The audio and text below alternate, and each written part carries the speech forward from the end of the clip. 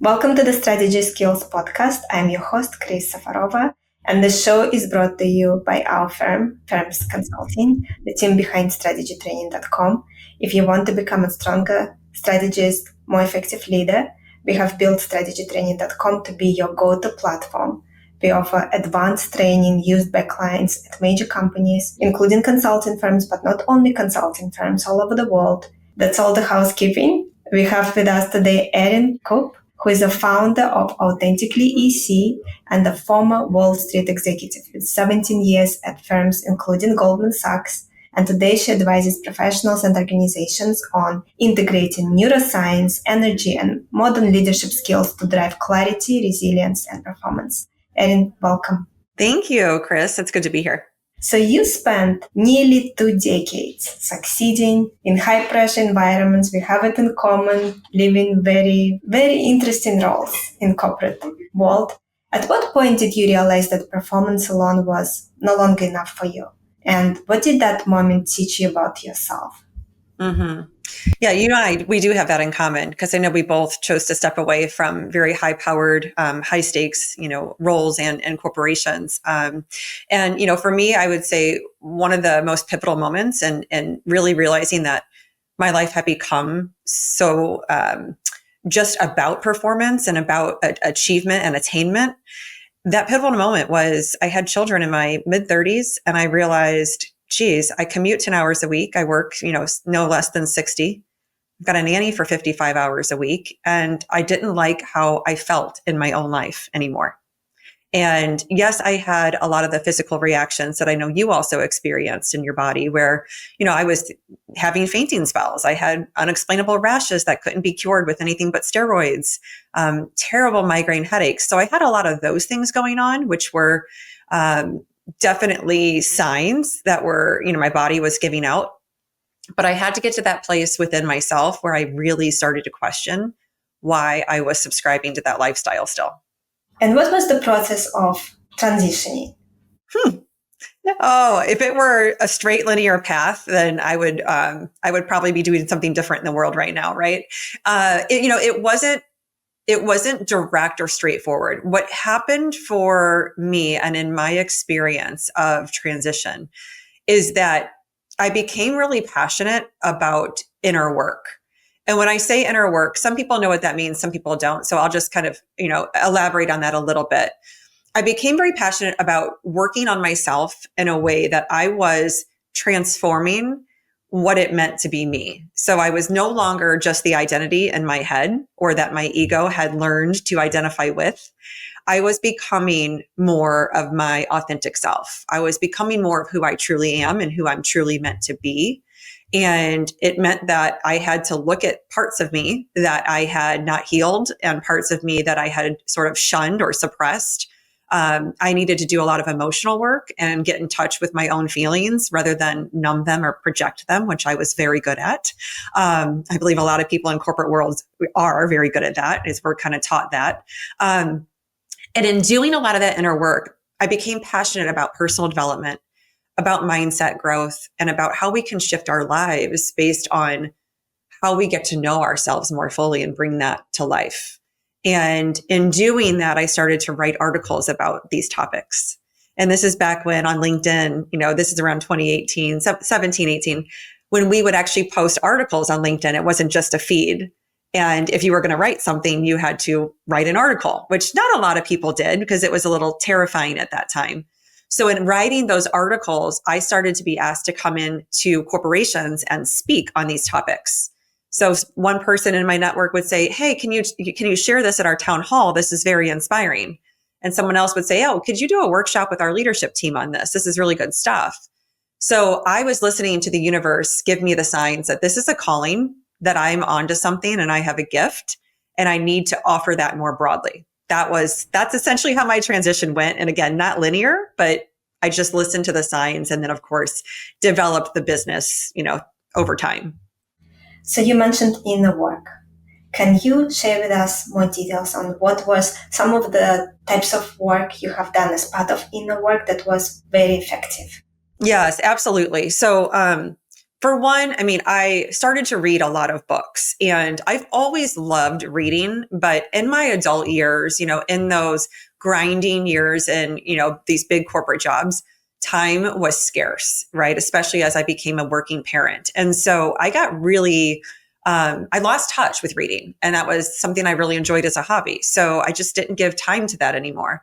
Well, what I did is I started to cut out some of the things that were no longer serving me in my life. For example, a 5:30 p.m. glass of wine every night that took the edge off. Well, what did I need to take the edge off of, right? Like, why was I not present enough in my life that I didn't realize that that's what I was just doing out of habit for, a couple of years, rather than being present in my evenings and then choosing accordingly. So as I started to remove things like that, and by the way, I still love wine. I didn't remove it every night, but, several nights a week, I was more present with my kids. And then I would choose to journal. I would choose to read, take a salt bath, do things like that were really fueling me and fueling my soul. And I would do those things after my kids were in bed, rather than, zone out and watch Netflix. And that was just a piece of how I set myself up for inner work. Then I went deep into meditation, and I had been meditating for, I've been meditating since 2010, since I resigned from Wall Street. And I found meditation as a way of calming my nervous system, of allowing my mind to just do nothing for a change, because it was always so active. And I got really deep into meditation in these years of focusing on my inner self and doing that work. Another big part of it was energy healing. And so I'm actually a certified Reiki master. I don't practice on others. I practice on myself and my family. But energy healing became something I was very interested in. And I started to learn a lot about things like our chakra system and our energy centers and our meridians, and how energy flows within our bodies and our auras. And that became really interesting to me. And so as I was moving through my own levels of spirituality and neuroscience, and, really shifting some of the limiting beliefs that I had held for so long, I was becoming lighter. And as I was becoming lighter, my interest in doing more of this emotional work, this energy work, and really understanding how our minds function, that's the stuff that I was getting into. And I took it to a pretty, I would say, far degree, because I just was so passionate about it as I was transforming my own life. And then I wanted more and more people to learn some of the practices that I had learned, and to be able to teach them and guide them through what it means to do self-work and to grow personally. You mentioned identifying parts of yourself. Can you speak more about that? Yeah. So, we have a lot of these aspects of ourselves that I think for a long time, what we do is we live as this identity that does get created in our minds. And that identity oftentimes is attached to roles that we play. It is attached to achievements and accolades and accomplishments that we get recognized and validated for. And you could call it ego, right? Everyone has an ego. It's not always bad. It's just when we use our ego to disadvantage others that it becomes a problem. But ego is not bad. It's how we socialize in the world. And there's great parts of it.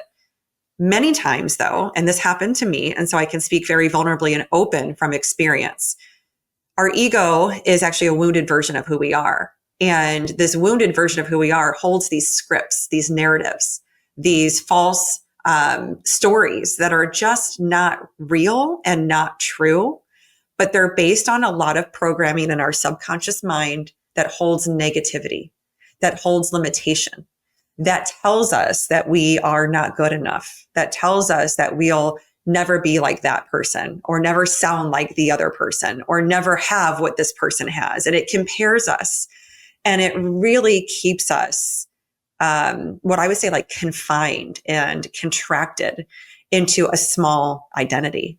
And being able to know parts of yourself is taking a look under the hood and seeing, what are those scripts? What are those limiting beliefs? What are those patterns of reaction that just keep playing out in my life? And the biggest part, Kris, is taking responsibility for all of it.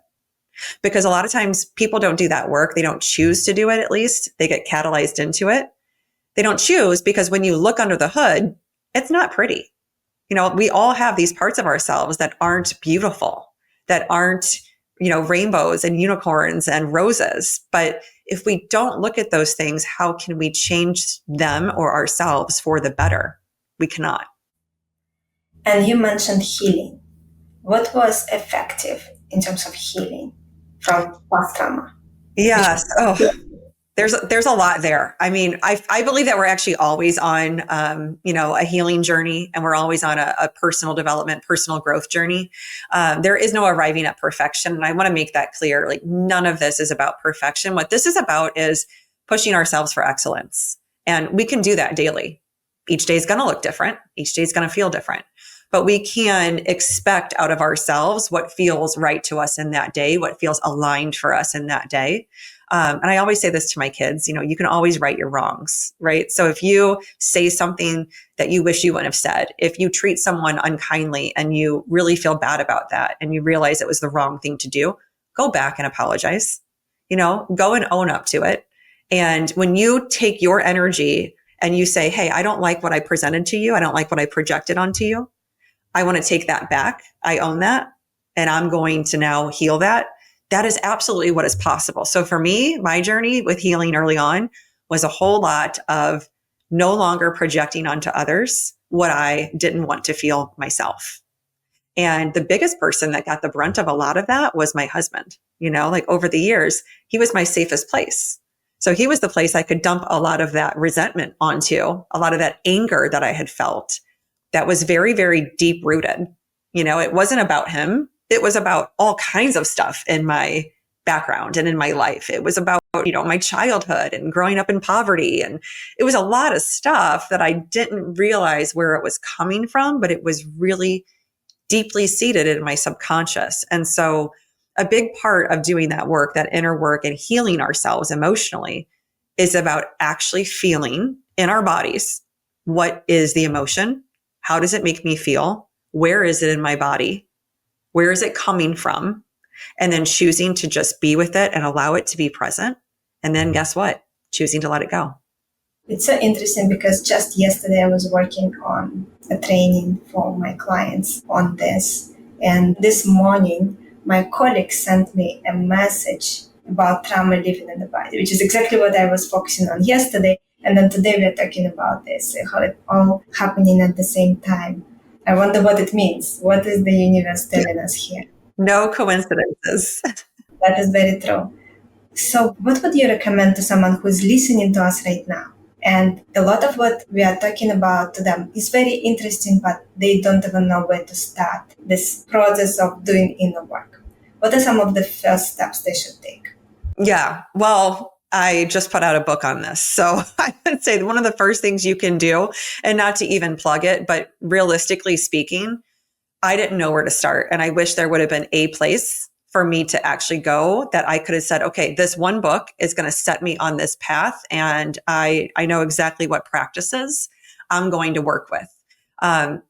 My process was very different. It was, way too much money, tens and tens of thousands of dollars, retreats and modalities and learning experiences and seminars and conferences.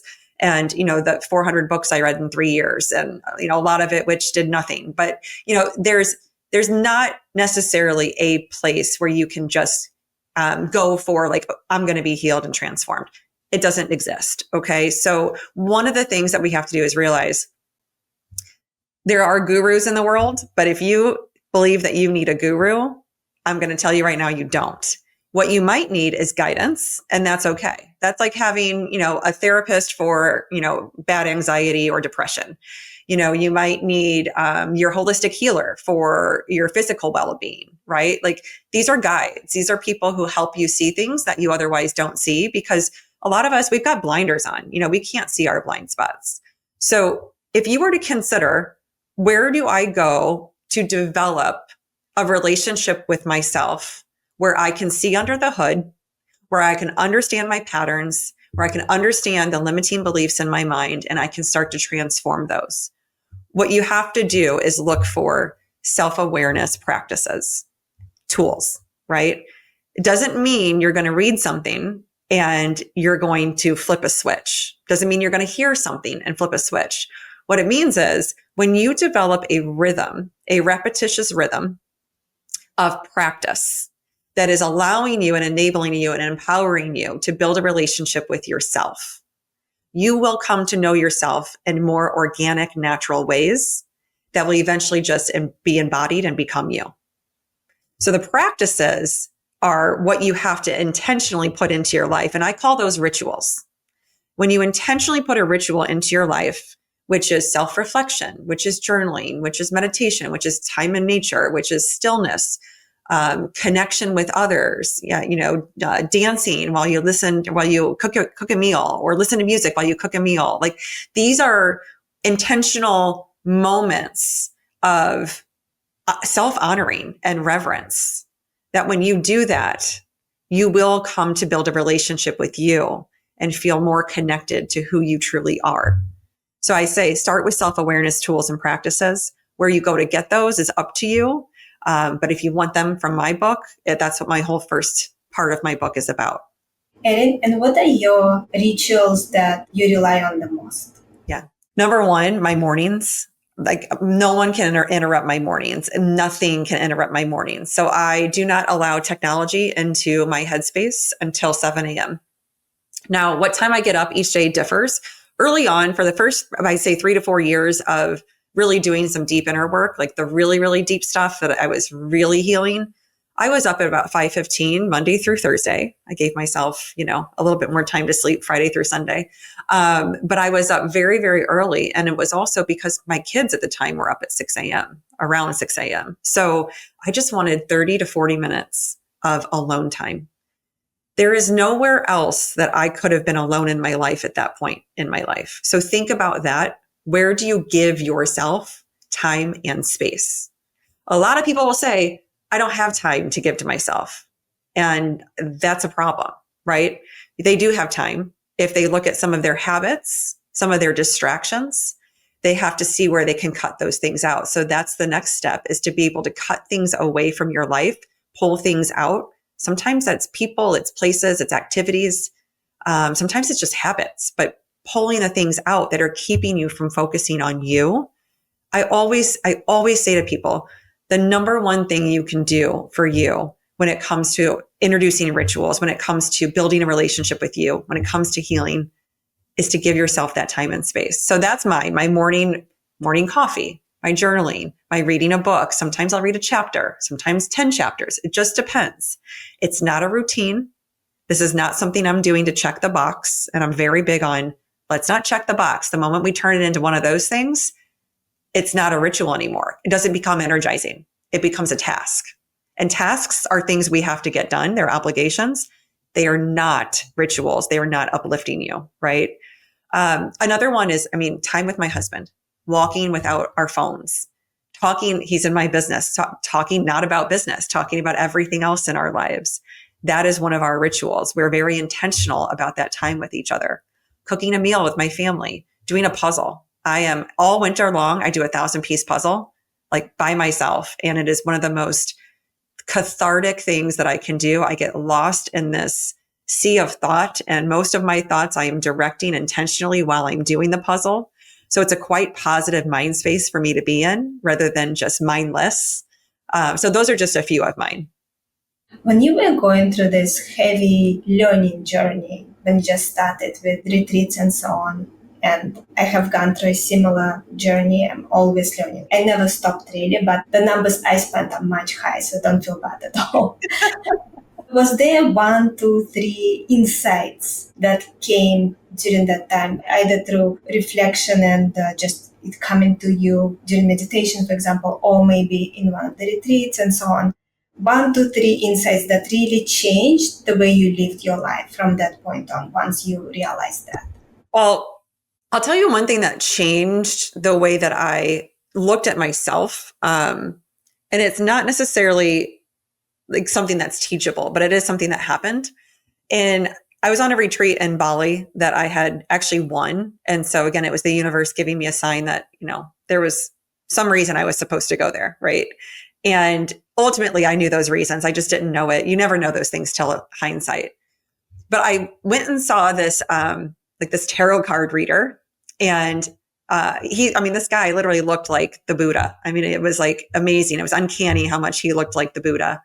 And I sat in front of him, and I didn't have any belief in any of that kind of stuff at the point that I was doing this. But I was like, hey, I'm in Bali. I may as well. And the guy said to me towards the end of our reading, he said, I want you to know you're living a small life and you're meant to live a big life.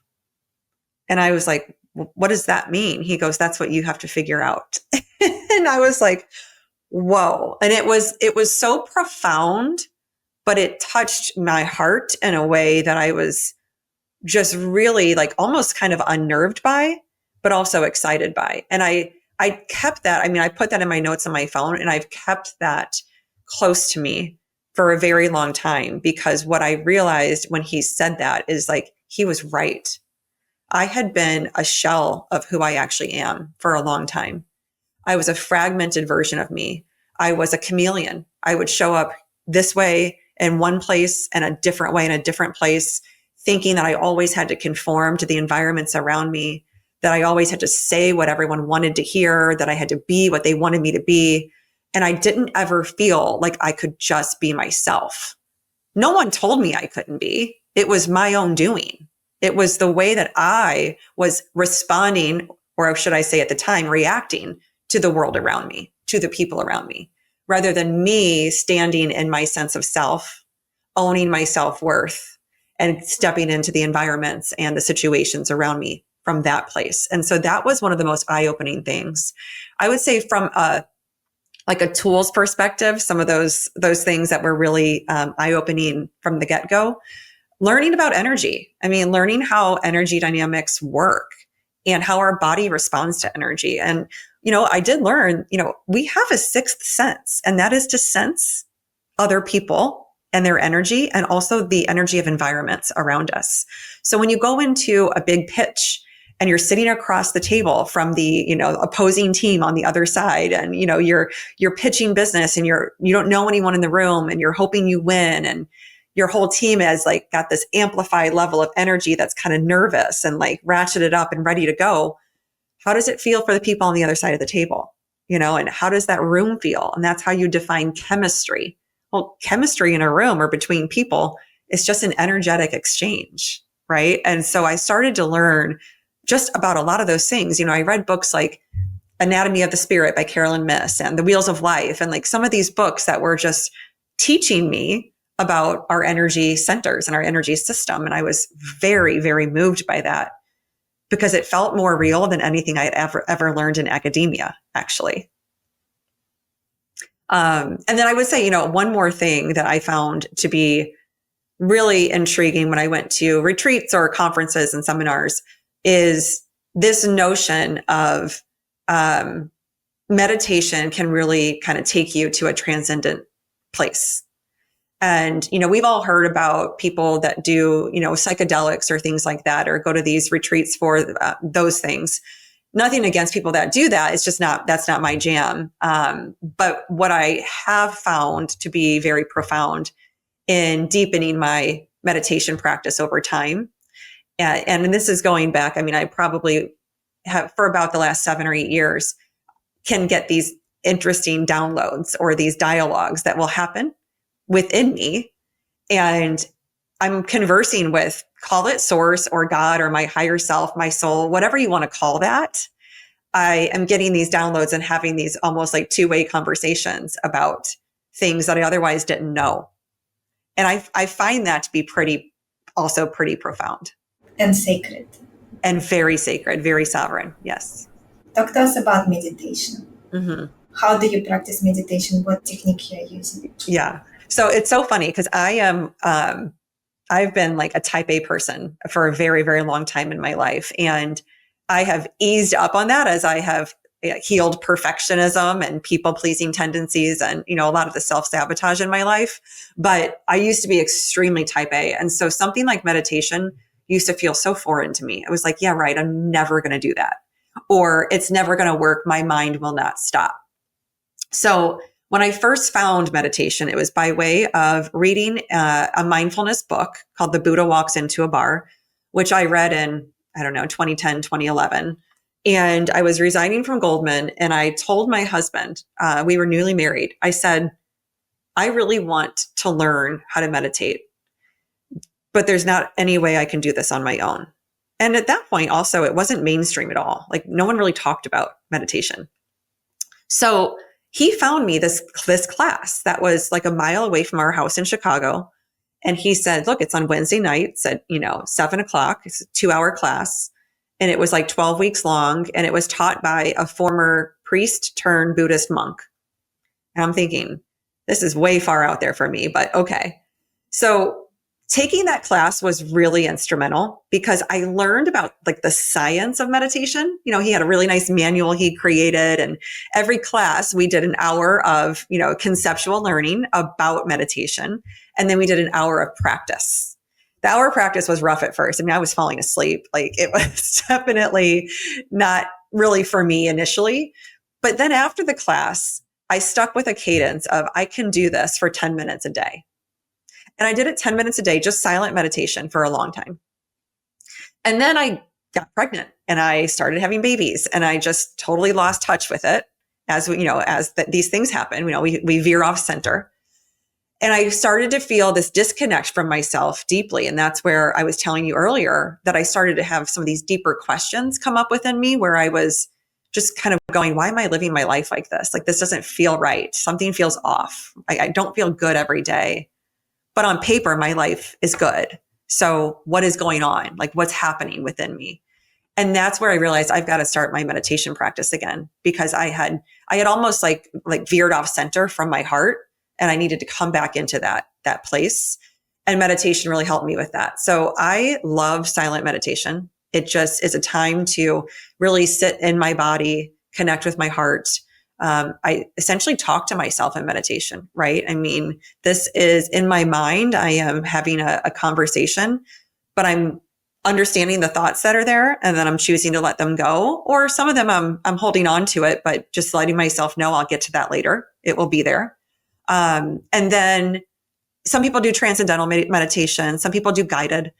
I say for beginners in this day and age, using an app like Insight Timer is such a great place to start. Like I still use that app anyways, just because when I'm traveling and I'm in hotels and it's loud, it's a really great way to use guided meditation to allow yourself to just focus and create some stillness within your body and within your mind, and not try to control the process.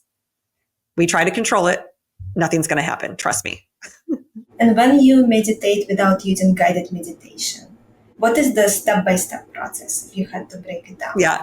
Okay. So I love this question because I debunk a lot of myths about meditation. You do not need to sit a certain way. You can lay down if you wanted to. You don't have to, cross your legs. You can sit in a chair. One of the things I say is just have a straight spine. That is important because the spine is essentially like your antenna, right? Like it's your receptor. And so just have a straight spine, however you're sitting or however you're laying down, and just close your eyes and take a few deep breaths. And I always say, breathe into your belly. A lot of times, especially in our modern world, we are only shallow breathers and we breathe into our chest only.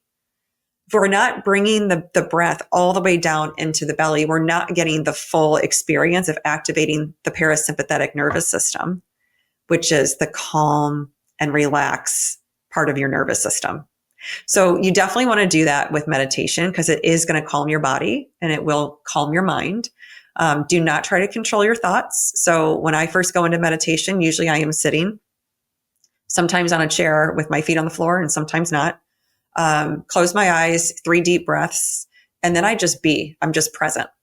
My eyes are closed. I'm just listening to whatever's happening in my mind. We have to listen to those thoughts because sometimes the thoughts that are coming in are actually divine thoughts or divine ideas, right? So we can't discount everything that's there. Some of the stuff that comes up is going to be like, oh my gosh, I forgot to get a birthday present for, my son's friend. Okay. Like just let that one go. It'll pop back up later. Don't worry about it. But then other times when there's a new thought or something that's come back up for you and maybe it evokes an emotion in your body. This happens for me often. All of a sudden I feel something and then I'm curious. Well, what is that? And why is that coming up? And, just to give an example of this, in writing my book, I was on a silent retreat with myself. So I could talk, but I was alone. And I decided to go to the mountains of Vermont so that I could focus for a full week only on connecting with myself, connecting with nature, and really bringing in what it is that I wanted this book to fully be about. Like, what did I want this book to embody? And as I was doing that, and it was a lot of brainstorming and storytelling, that I was just typing out stories, what came up for me was a lot of old stories I thought I had healed from. And then I realized I hadn't healed from them as I'm crying for, an hour after a meditation. That stuff comes up because it needs to be seen. It needs to be accepted and then therefore healed. Because once you see it and you no longer act like it's not there or hold shame around it, mine was, again, a lot of stories around my childhood, then I could actually allow myself to be more okay with that being a part of my story. And in meditation, that will happen for people. People get scared. So when you feel an emotion, when you see an old story, get curious about that. That's a big thing that will happen in meditation. And especially the more that you do it, like, you're going to see these things from your subconscious. And that's a beautiful part of the process. How long do you usually meditate? So these days it's like 10 to 15 minutes. And I've gone up and down with it over time. So, for a while I was doing like 5 minutes a day, just because it was all I could really figure out how to fit in my mornings. I like morning meditation better than any other time of day. That's not to say morning is the right time. Each person has to figure out what works for them. I also don't like to make it a routine, like I said. So I'm not saying to myself, if I didn't get it done then, like, I have to check it off at some point today. I'm not like that. If it didn't happen and I feel like, you know what, tomorrow's a new day, that's fine. I give myself grace. This isn't something I have to do, something I choose to do. And so that mindset is really, really important. People have to choose this because they want to be able to create this deeper relationship with themselves and with, whatever higher power they believe in. When you were going through that class, your initial introduction to meditation, what were some key things you learned about meditation that you haven't yet shared with us today? Yeah. I learned in that class about how meditation is a form of connecting with the divine. I did learn that there. And I was very intrigued by that, even though at that time I was still kind of Goldman Sachs, type A Erin. And I was I was so pragmatic. Everything to me was about logic. And so it was like rigor and logic and hard work. And if it's not those three things, then it's not worth the time. So I'm a very different person now. Hard work, rigor, and logic are still a part of my life, but spirituality and belief and manifestation and actually creating in life is even a bigger part of my existence. I would say some of the science behind meditation was very interesting to learn, because I thought that this teacher and the way that he brought it into our awareness, he did help us understand some of the things that happen in the brain when you meditate, right? So even things like learning about the nervous system, like, he was teaching us those things because they were part of his learning. And that was very, very grounding for me to understand that, okay, this isn't just something you do just to do it, that there is also physiological change that occurs. We have something called neuroplasticity in our brains. And so our brains will rewire and essentially form new neural networks when we do something like meditation. Even just creating stillness for yourself will do that, right? So even if you're just in nature, your brain will do that. There's so many ways that the brain will rewire itself and transform itself according to your environment and according to your inner environment. And coming back to that very important message, you're living a small life, but you're meant to live a big life. What did you learn? What did you figure it out? He said you need to figure it out. Oh, well, again, in hindsight, things are so different, right? What I ended up figuring out is that I was trying to, first of all, kind of put myself as a square peg into a round hole.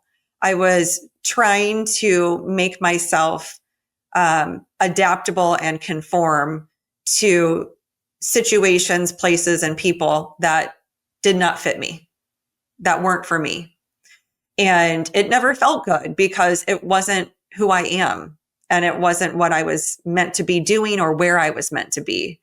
And so the bigger life that I was meant to live was to step into my authenticity, to shine my light, and to be who I truly am and guide others from a place of what I have learned in my human experience and how it can help them. And that's exactly what I do in my world now. And I'm also meant to create, right? I think creativity is adult play. This is how we play in our lives. Like, we create things, we write, we connect, we share, and we also learn, we grow. Like, we're always meant to be moving through the world in a way that is kind of like our 5-year-old self, but in an adult context. And that was a part of my big life. If I was going to live a bigger life, I had to tap into my creativity again, not just be this person who just shows up and goes through the motions and waits for the day to be over and do it all again the next day. Yes. And sometimes life gets so hard that you're just going to sleep, and that's the only rest, the only happy time you get. If you're lucky to even get exactly to sleep. Sometimes you cannot fall asleep even if you can allocate some time to it. Right. Yeah. I used to call it Groundhog Day, or the rinse and repeat. And I would always say, oh my gosh, this rinse and repeat routine is so exhausting. And now what I do is teach people the antithesis of that, right? Like, ritualize your life, like turn the routines into rituals if they're important to you. And if they're not important to you, drop them. It's okay. You don't have to, you're not a failure if you drop an old routine that is draining you of your life and vitality. For someone who will read the book, what would you want people to take away from the book? A few key things. Yeah. So my book is called I Can Fit That In, How Rituals, Not Routines, Transform Your Life. And I chose that title because it is a phrase that I have used in my entire journey of transformation. And I went from someone who said, I have no time for myself. I have no time for the things that fill me up. I have no time for the things that matter to me. I just have to be this, be here, do this, do that. And maybe one day, far down the road, I will live in the way that I want to, in the way that feels good to me. Telling myself the opposite of that, I can fit that in. I can fit in what matters to me. I can fit in 5 minutes in my morning to make myself a coffee instead of just grab it at Starbucks. I can fit in a moment to breathe deeper in between my meetings.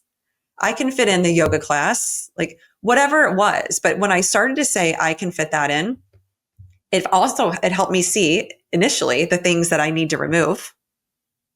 And sometimes, again, getting honest with yourself, like I had to get honest about how much time I wasted on social media and Netflix, right? Like these are things that I just had to do.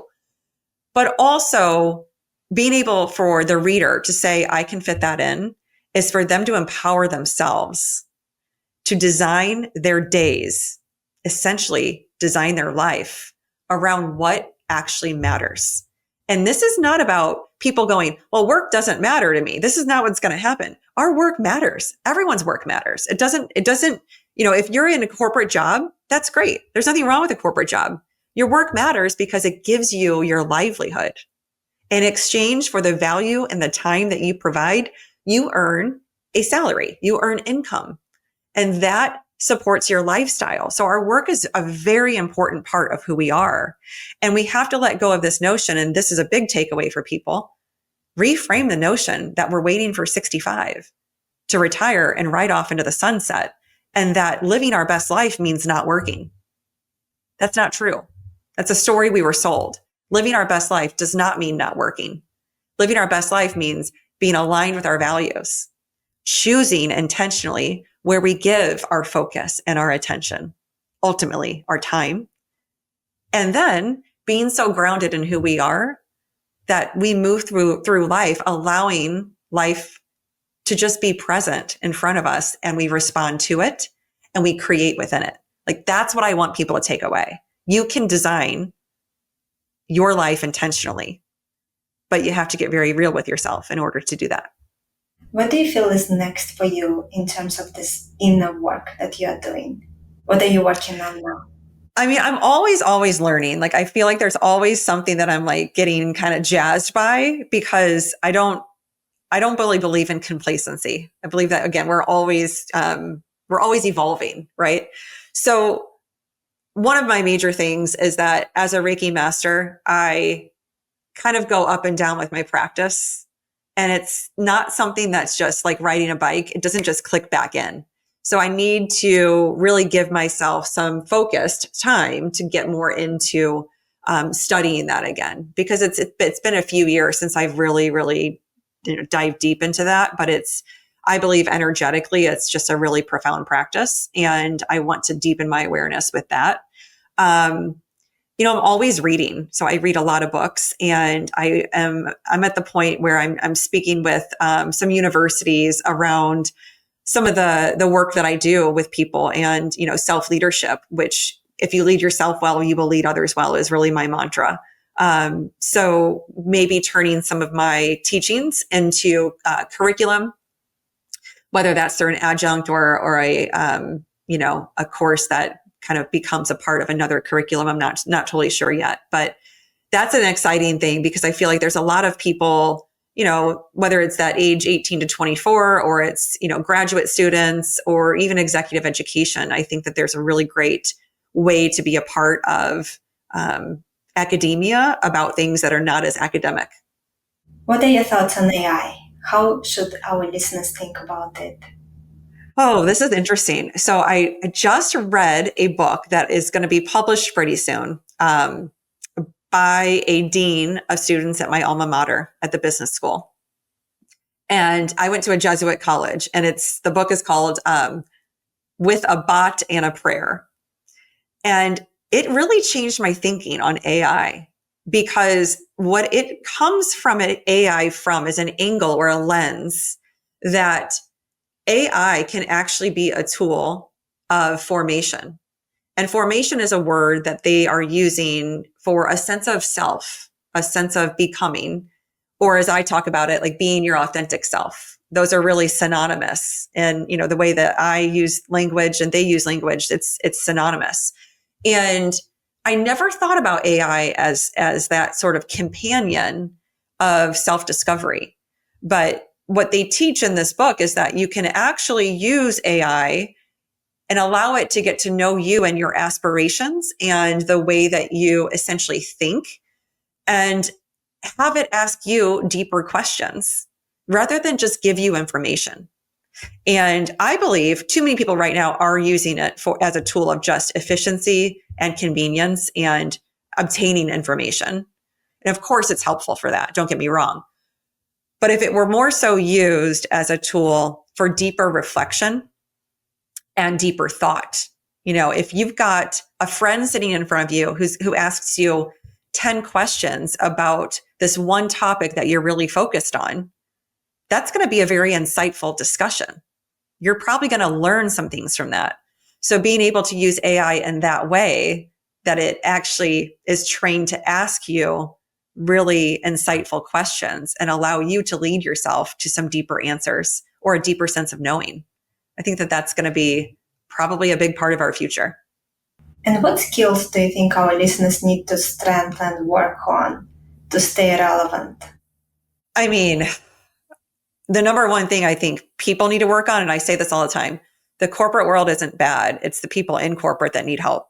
And they got to help themselves. And so one of the things is, it's personal growth, it's self-improvement, it's emotional maturity, building self-awareness. And if more people were self-aware and they stopped projecting some of their wounded selves onto others, especially in business, I think it would look like a very different business world. And we would have, I don't want to say like we'd all have the same goals, because that wouldn't happen, but we would all be in community working towards things that were for the greater good for the most part. And sure, there's going to be competition and all those things, but if it's not a projection of ego, if it's not a projection of, inner hurt and wounds and trying to one up the person next to you, or, degrade or demoralize the person next to you, then everyone's going to feel different and feel better when they're working in those environments. And I believe that self-leadership is the number one skill that people need when it comes to business. They need to know how to lead themselves first, and they need to actually practice that. Erin, and with so much on your plate, what are your go-to ways to rest and recharge so that you can do this work and have the energy? Because I can see in you, it's not rehearsed. It's coming from you right now. You care about this work. How do you recharge? For some of our listeners, we have a lot of people who are like you and me, are very driven, very hardworking, and some to the point that they forgot how to rest. Right. Well, for one, I mean, I know from my experience that achievement without alignment is not success, because at some point to me, that's going to feel super empty and I'm going to be so drained that I actually can't enjoy it. So then what is the point? So staying in alignment with my truth is my number one thing. And if I start to notice that I'm veering off of that, even when writing my book, for example, I mean, there were times where I'm like, no, I'm in the flow. I can't give myself the space to go and cook a nutritious meal for myself while I'm on these writing trips. There's no one else to cook for me. There's nowhere to go get food. I'm going to have to cook for myself. So why not just allow myself to do that rather than put the pressure on myself and say, no, I'll do it later. No, I have to, that's a value. My health is a value, a number one, number two value of mine. It's very important. So I have to stay true to that. The other thing is, people might think that I'm an extrovert. I get that a lot. I'm actually an introvert, and I have got to refuel myself. So when I go on stage and I'm doing a keynote for thousands of people, or I'm at a company doing a executive retreat, for 4 hours, or whatever, I'm doing a workshop online for a team, I have got to step away from that. And I purposely and intentionally create some space in my calendar where I can go do something for myself. I could go to yoga or Pilates. I could take a walk. I can make a nice meal. I can make a nice tea or a coffee that's going just something, whatever it is I can create the time and the space for. I'm going to intentionally do that because that's going to help me stay centered and stay grounded and stay close to my values. I'm really big on salt baths. I believe that they really help the muscles, of course, but I also have a belief that the salts also remove negativity from us, like from our bodies, and some of that tension and that stress. And we do have a lot of that, right? Because life is life. You're not immune to life. It's just that you have different tools that you can use, different rituals you can enact in your life to stay grounded. And so those are a few of the ones that I use. And, my rituals are everything. Those are the practices that I'm choosing to really stay close to me. And the last question, if you could go back before you had children, what advice would you give yourself? And that is, of course, advice for all the listeners who are parents. Oh my gosh. Well, the number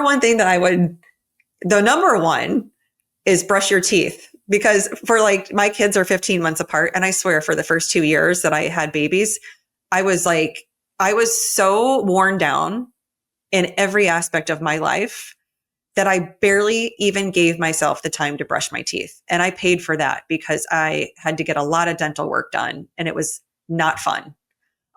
So that is just a very practical point, and to be funny with it. But on a more serious tone, I would say, especially for women who obviously are the ones that carry the child and give birth, you do lose sight of yourself, and just know that that's absolutely normal. No one really talked about that when I was going through that stage of my life. I felt like I had just given up a part of me and that I was no longer me. And that wasn't true. It was just that my life was shifting. My priorities were shifting. My values were changing. And I just needed to understand myself better. So if you can do some of this inner work on yourself, even before you get to that point, I think that that's really going to serve so many people. I mean, I work with some people who are in, team leadership roles, and they're in their upper 20s, early 30s, and they don't have children yet. And I'm really proud of them for stepping into it. And I just say, gosh, you're going to be set up so well for, if you choose to step into something like parenting. Erin, thank you so much for being here. Where can our listeners learn more about you, buy your book, anything you want to share? Yes. Well, thank you for having me. This has been a really fun conversation. My website, erincoupe.com. So that's ERINCOUPE.com. I am on LinkedIn. I'm very active there, as well as Instagram under the handle at AuthenticallyAC. Erin, thank you so much again. Such a pleasure. Really enjoyed our conversation. We could talk for a very long time and we have so much in common. It is scary in a good way. Yes. Our guest today was Erin Coupe, author of I Can Fit That In. Such a good phrase to adopt for all of us. And when you feed it, then make sure you remove something that is not serving you. Thank you so much for listening, and I'm looking forward to connect with you all next time.